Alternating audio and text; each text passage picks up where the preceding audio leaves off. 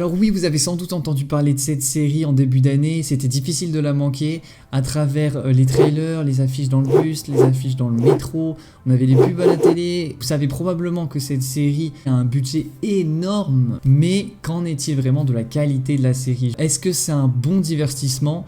Est-ce que la série elle apporte quelque chose à l'univers? C'est ce qu'on va voir tout de suite. Allez, on passe à la suite. Alors comme je viens de vous le dire, difficile de passer à côté, vraiment on a eu de la publicité partout. C'est un peu la vitrine de Amazon Prime Video, cette série-là. Et du coup, c'est vrai qu'on peut discuter et juger d'une seule saison, mais ça donne une vraie idée sur les intentions de la série, sur ce qu'elle va devenir. Je suis pas un expert du lore du Seigneur des Anneaux, il y a des gens qui sont bien plus calés que moi là-dessus. Mon avis, c'est plutôt pour ceux qui, comme moi, ont kiffé les films. Alors, les Anneaux de Pouvoir, pour resituer un petit peu, c'est une série de télé américaine qui se déroule 3000 ans avant les événements du Hobbit et du Seigneur des Anneaux, donc on est antérieur aux événements du Seigneur des Anneaux.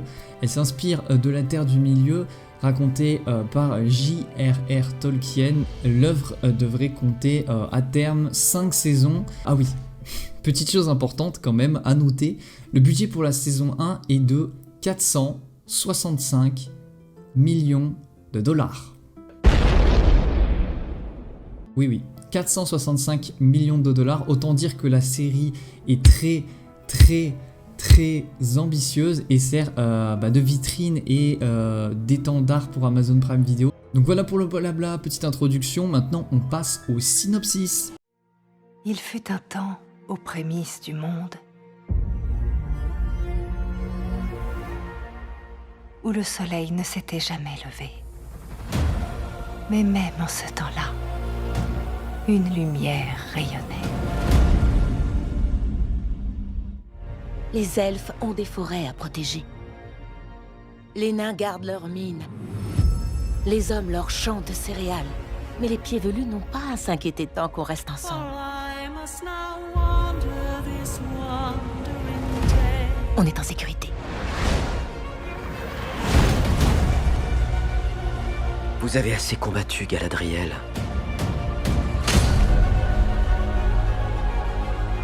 Rangez votre épée. L'ennemi est toujours là. Reste à savoir où il se cache. Cette quête est révolue. Mais vous n'avez pas vu ce que j'ai vu. J'en ai vu bien assez. Vous n'avez pas vu. Avec un minimum de spoil, comme d'habitude, on va essayer de faire au plus simple. Donc les Anneaux de Pouvoir, ça commence durant une période de paix relative, on va dire. On peut suivre l'évolution de la narration de l'histoire donc à travers 4 points de vue différents. Donc on en a 4, on a celui peuple des pieds velus si on veut, on a celui de l'elfe Galadriel, point de vue le plus omniscient, c'est-à-dire pour faire simple c'est celui où on voit le plus de choses, c'est le point de vue le plus général, ça permet de suivre de manière plus générale l'histoire. On a celui des terres du sud, des hommes des terres du sud, et enfin on va avoir le 4e point de vue qui est celui de l'alliance elfe-nain, j'ai envie de dire le point de vue de Elrond Durin, ce duo là qu'on va suivre particulièrement. Alors peut-être que la plupart l'auront compris, mais ça vaut le coup de le préciser, la série se déroule durant le second âge de la Terre du Milieu. Donc on va revenir là-dessus plus tard dans la vidéo pour expliquer ce que c'est que le second âge, ça mérite quelques petits éclaircissements. Donc les grands événements du second âge, c'est quoi? C'est la création des Anneaux de Pouvoir, l'histoire du royaume de Numénor, et l'alliance entre les elfes et les hommes. Ces événements donc, ils se déroulent sur des milliers d'années.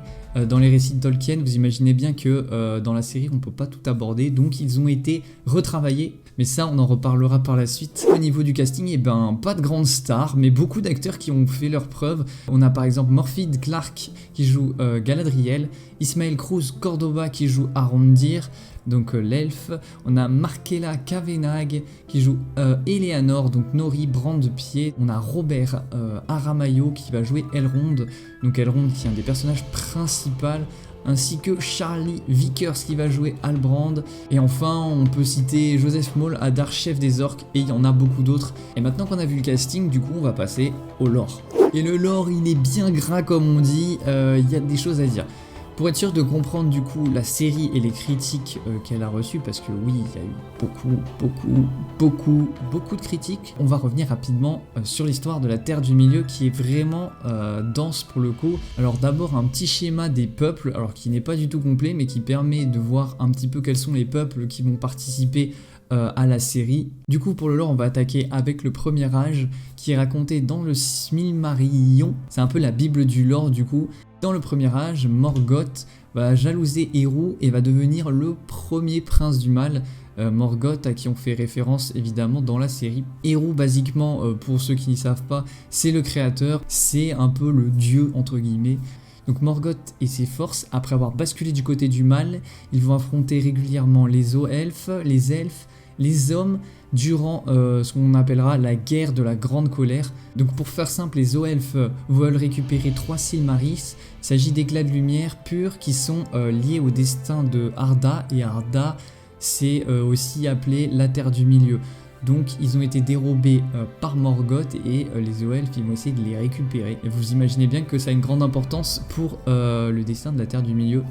Donc Morgoth et ses forces ils vont finir par perdre la guerre de la grande colère grâce à l'intervention des Valar qui marque la fin d'ailleurs du premier âge de cette défaite.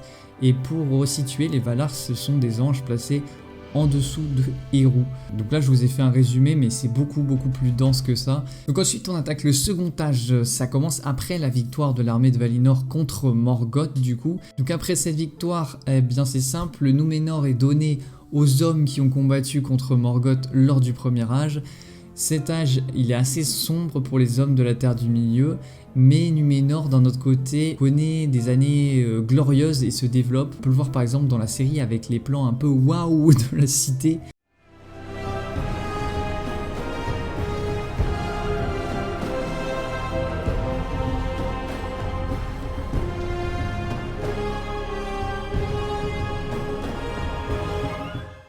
Avec beaucoup de commerce, avec des dorures, etc. Donc on voit que c'est une cité qui vit, c'est une cité qui est prospère. Certains elfes, appelés aussi les Noldor, se rendent en Erédion, où on découvre du coup le myrtille, fameux myrtille, donc proche des mines de la Moria. Les mines de la Moria, si vous avez vu Le Seigneur des Anneaux, ça doit forcément vous parler. Les échanges commerciaux ont lieu car les Noldor sont de bons artisans, et une amitié se crée rapidement entre d'un côté les nains du Rhin et les forgerons elfes d'Erédion.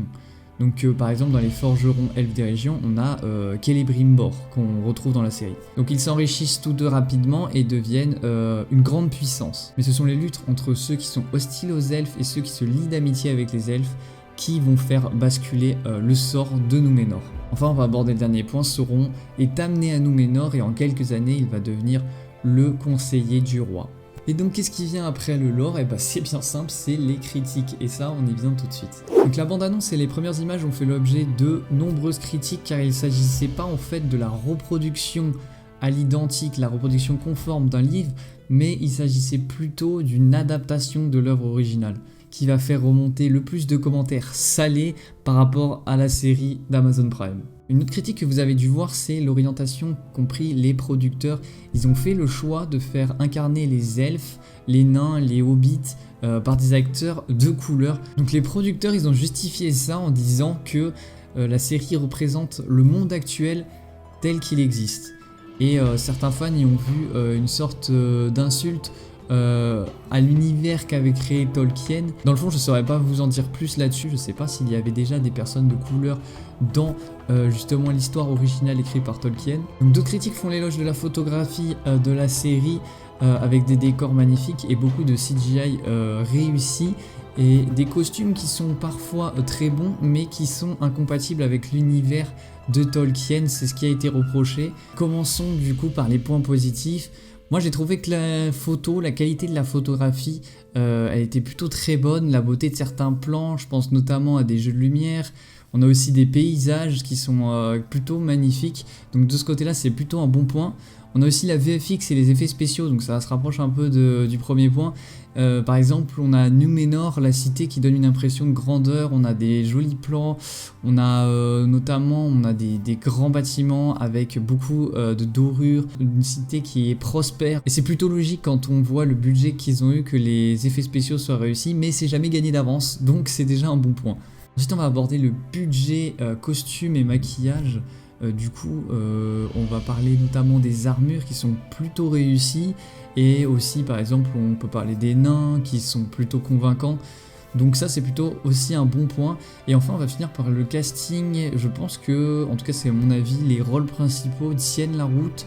Mention spéciale d'ailleurs à Elrond, le duo Elrond-Durin-Cat qui pour moi s'en sort le mieux. Alors pour les points négatifs, et je trouve que pour le coup il y en a plus que des points positifs, les orques de base, ça je voulais vraiment parler parce que là faut qu'on en parle. Les orques de base ils sont vraiment cons et ils sont assez peu effrayants en fait en réalité, et du coup ça a quand même tendance à rendre pas très crédible certaines batailles etc. Enfin c'est que mon avis, mais j'ai pas trop ressenti ce truc que j'ai pu ressentir dans les films. Le sentiment d'avoir une meute enragée à tes trousses à laquelle tu ne peux pas échapper, j'ai pas du tout ressenti ça dans la série. Enfin quelque chose que je voulais aborder, c'est qu'en fait la bande son elle est pas mémorable dans le sens je m'en souviens pas après avoir vu la série, elle m'a pas marqué. Donc on en a parlé, la mise en place des 3 premiers épisodes, c'est vraiment long, c'est assez peu prenant et c'est un peu rompiche. Donc faut s'accrocher pour passer ces premiers épisodes et ensuite avoir le droit à un peu plus d'action. C'est pas qu'on aime que l'action, mais quand même il y a un minimum pour qu'on reste accroché quoi. Les épisodes sont... Est-ce qu'ils sont trop longs? 1 heure passée? Je sais pas, honnêtement je sais pas, mais j'ai trouvé que pour cette saison là, pour les premiers épisodes de cette saison, c'était peut-être pas le bon format dans le sens où il se passe rien et on a 1 heure de rien, ça fait beaucoup quoi. Donc est-ce qu'il aurait pas fallu découper les épisodes? Je sais pas, en vrai c'est bien qu'on puisse raconter aussi des choses sur la durée, mais peut-être pas toucher à la longueur de la saison, mais plus à la longueur des épisodes, les découper plus, je sais pas. Mais il y avait peut-être quelque chose à faire là-dessus. Ça m'a des fois un peu fait tilt. Bon, ensuite, là, on aborde les points les plus importants pour moi. On a parfois l'impression qu'on assiste à la bagarre de quartier, quoi. J'ai envie de dire, on a l'impression de bagarre de quartier. Plutôt que de grandes batailles épiques, on a des petites bagarres. Il n'y a pas de grande armée coordonnée, alors c'est peut-être volontaire, mais du coup ça fait un peu bagarre de quartier quoi. Et ça c'est pas fou pour un grand divertissement. Donc si vous cherchez quelque chose d'épique, faudra repasser. Peut-être les prochaines saisons, who knows comme on dit. Alors certains pour finir le mettront dans le point négatif, on en a parlé pendant toute la vidéo, mais le lore, comme je l'ai pas vu avant la série, moi ça m'a pas dérangé. En fait, c'est le manque de fidélité tout simplement du scénario de la série par rapport à l'œuvre originale, La Terre du Milieu écrit par Tolkien. Donc après, c'est à vous de juger. Si vous n'avez pas vu le lore, ça vous dérangera pas plus que ça si vous n'avez pas lu les bouquins. Par contre, si vous les avez lus avant, voilà, faudra pas s'attendre à quelque chose de très fidèle. Et ouais. Désolé de vous le dire. Et du coup, on arrive finalement sur la conclusion. Est-ce que Les Anneaux de Pouvoir, c'est un bon divertissement ? Bien, j'ai envie de dire, au final, on peut dire que oui, mais au moins à 3 conditions qu'il faut respecter. Avoir du temps et être un peu patient, je pense que c'est la première des 3 conditions. Il va falloir passer les 2-3 premiers épisodes, s'accrocher pour avoir la suite. Ensuite, il va pas falloir attendre d'avoir une copie conforme du scénario, des livres. Et enfin, je pense qu'il faut faire une croix sur toutes les epicness, les batailles et les orques effrayants. Ça, pour l'instant, c'est mort. Donc voilà, j'espère que cette vidéo, elle vous aura plu, elle vous aura aidé à y voir plus clair sur la série. Et si c'est le cas, n'hésitez pas à liker, à partager, à commenter, à vous abonner aussi, à mettre la cloche. Et moi j'attends la saison 2, je vais quand même la regarder. D'ici là, prenez soin de vous, ciao, bye bye.